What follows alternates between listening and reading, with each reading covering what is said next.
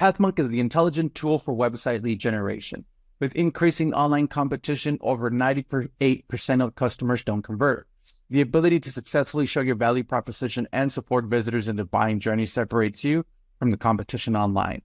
Pathmonk qualifies and converts leads on your website by figuring out where they are in the buying journey and influencing them in key decision moments with relevant micro experiences like case studies, intro videos, and much more.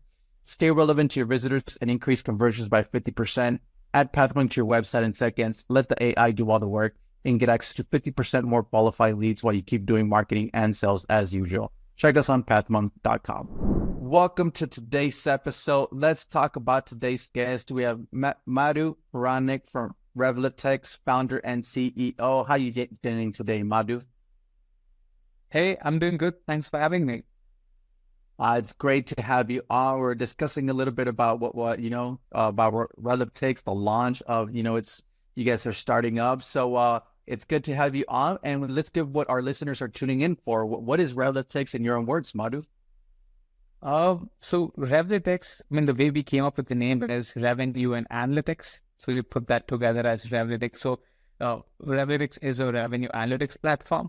We help sales and marketing teams do 10x more efforts without having to hire new resources with automation and AI. So yeah, in short, we break data silos. We give them a single GTM view of what's happening, make them take decisions faster so that they can also see the impact very quicker. Definitely, that's super important, right? Because I don't want to assume here, but then what would you say is the key problem that you guys like to solve? So the key problem that we decide is there are two aspects, right? So one is an analytics aspect where I personally believe that the traditional analytics is broken for sales and marketing teams. You have the spreadsheet hell where everybody dumps everything into Excel and start doing things together. You have tools that don't tell you or give you visibility in terms of what's working. Right? There's this famous saying where they talk about, I know 50% of my spend is working, I just don't know which 50%, right? So it's about that. So bringing more visibility from an analytics point of view, and then also bringing more automation where it's 2024 and we see a lot of people just doing a lot of manual tasks that could have been automated, and it should be automated, right? Why does everybody have to come and dump things in Excel or do manual VLOOKUPs and write some formulas and, keep checking for things? Like, these things should be automated. That's what our platform helps them provide as well. So they can build these rules where we will go do smart monitoring of their KPIs, of their processes, of their pipeline, and then, give them notifications or alerts when things are not working they're supposed to do. Definitely. Okay, awesome. Great to hear that. And so then, is there a specific vertical segment? Is there an ideal ICP for you guys? Yes. So our customers who see a lot of success with our product typically have at least 10 million in revenue and up. That's where they feel the pain. Anything less than that, they're more in a PMF journey. We are sector agnostic. Our customers range all the way from healthcare companies to we can say enterprise tech. It could be AI enterprise companies. It could be fleet management. You have financial services. So we sort of spread across the rule there. But yeah. Okay, perfect. Awesome. Great to hear that. And so then how would, these industries usually find out about Revlitix? Is there a top line acquisition channel for you guys? Yeah, so we have both like a inbound and an outbound motion here. So we do typically a lot of blogs, and our SEO is strong, like very strong compared to how we're growing. Like organically, we get thousands of views, at least 20 to 50 inbound form submissions just through organic. So that's a good sign. We do a lot of email campaigns. From a brand awareness point of view, we do a lot of events that we attend, and then we try to talk more about it. So inbound right now is driving more demand, and of course there are some aspects of paid media, which is we run Google and LinkedIn ads, which contributes to the brand. And then there's a very small aspect of outbound where we have reps cold calling and reaching out. But that's a very small contribution to the overall the demand gen engine. Definitely. Okay, perfect. Great to hear that from you guys. And as far as your website, so that way our listeners could go ahead and visit you, they could check you out at revlitix.com. What role does the website then play for client acquisition? Website actually plays a very critical role. Like we see a lot of so we have the standard tools. So we have the IP de-anonymization tools. So we see repetitive users coming to the website, checking out product tools, reading blogs. We post a lot of industry benchmark reports, and we don't get any of it. So people come back to the website, they check out a lot of these resources, go through the product tools, again ungated, so they can see even before talking to us, they go to the website to see, okay, what does the product do? How does it do it? We have use cases and stuff like that. So something, yeah, from a qualification point of view, I think our typical customers spend a lot more time on website, understanding what we do, see how it could benefit them, and then maybe go fill out a form and then, reach out to us for a demo. Definitely. Okay, great to hear that. And on that note then, Madhu, is there any tools or tips or methods that you would recommend to our listeners as far as some website lead generation? I would say SEO is pretty important. And I mean, just do the basic stuff, right? Make sure that all your blogs are indexed. You have link building in there. And this is one thing, though we knew it took us some time to get there, is we don't write a lot of blogs, but we do like the standard, maybe like 4 or 5 blogs a month. And we had great content. It's very highly curated for our audience, but for us to even reach in front of them, and we realized that we had to build a lot of links on the back end, right? Just building those links significantly 2x to 3x our organic presence.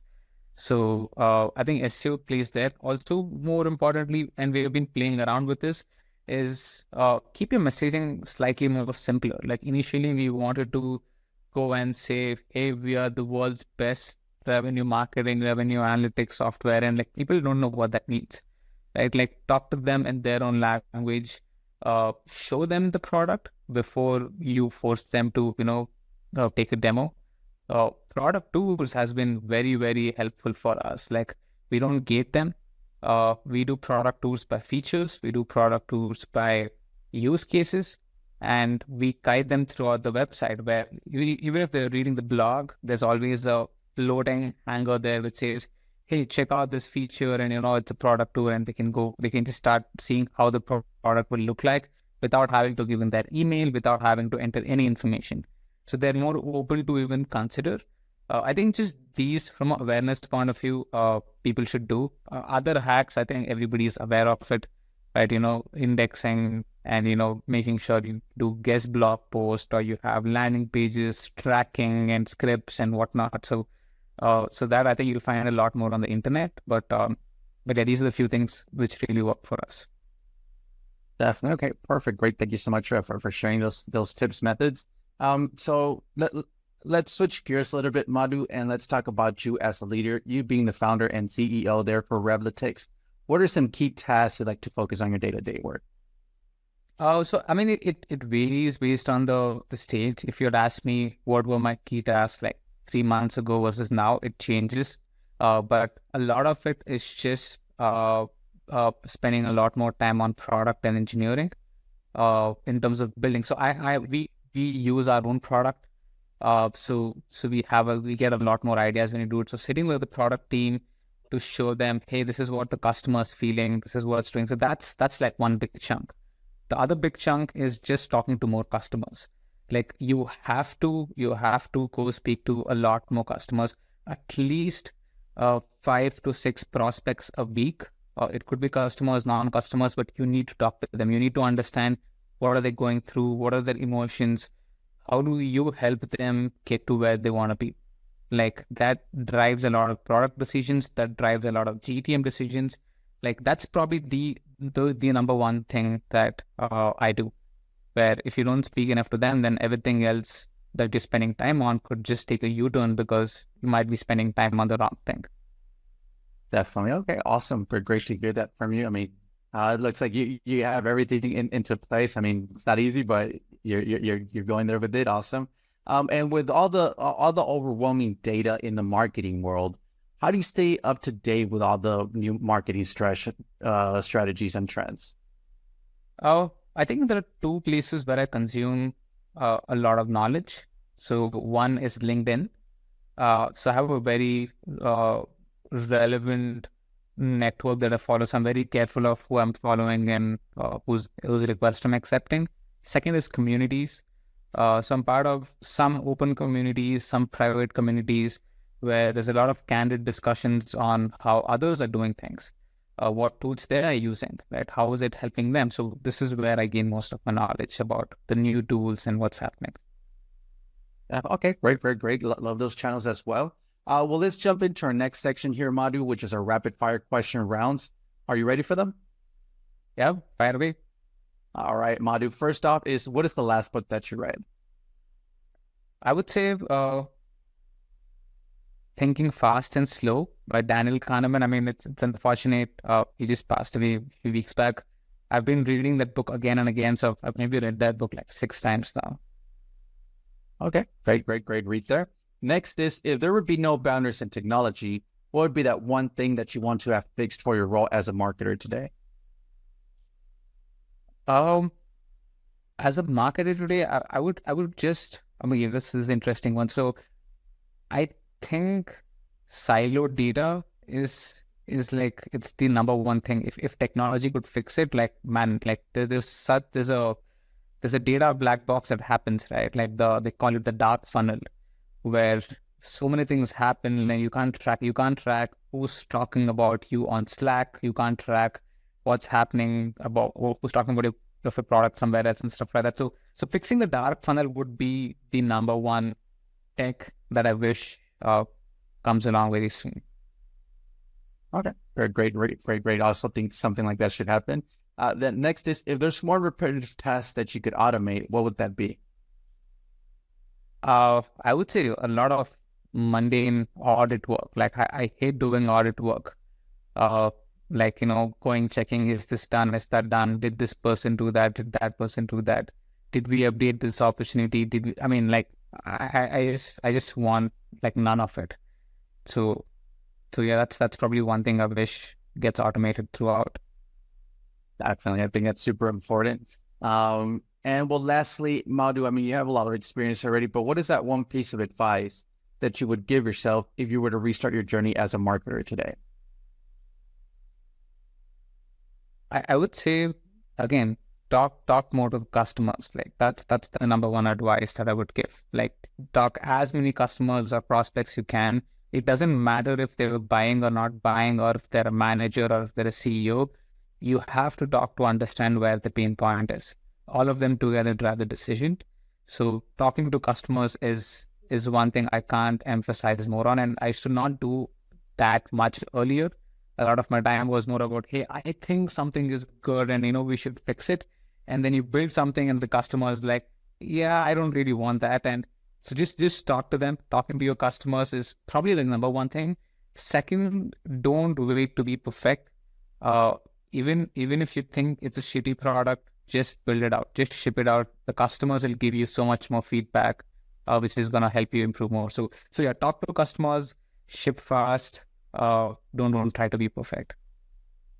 Awesome. Some great advice there for our listeners.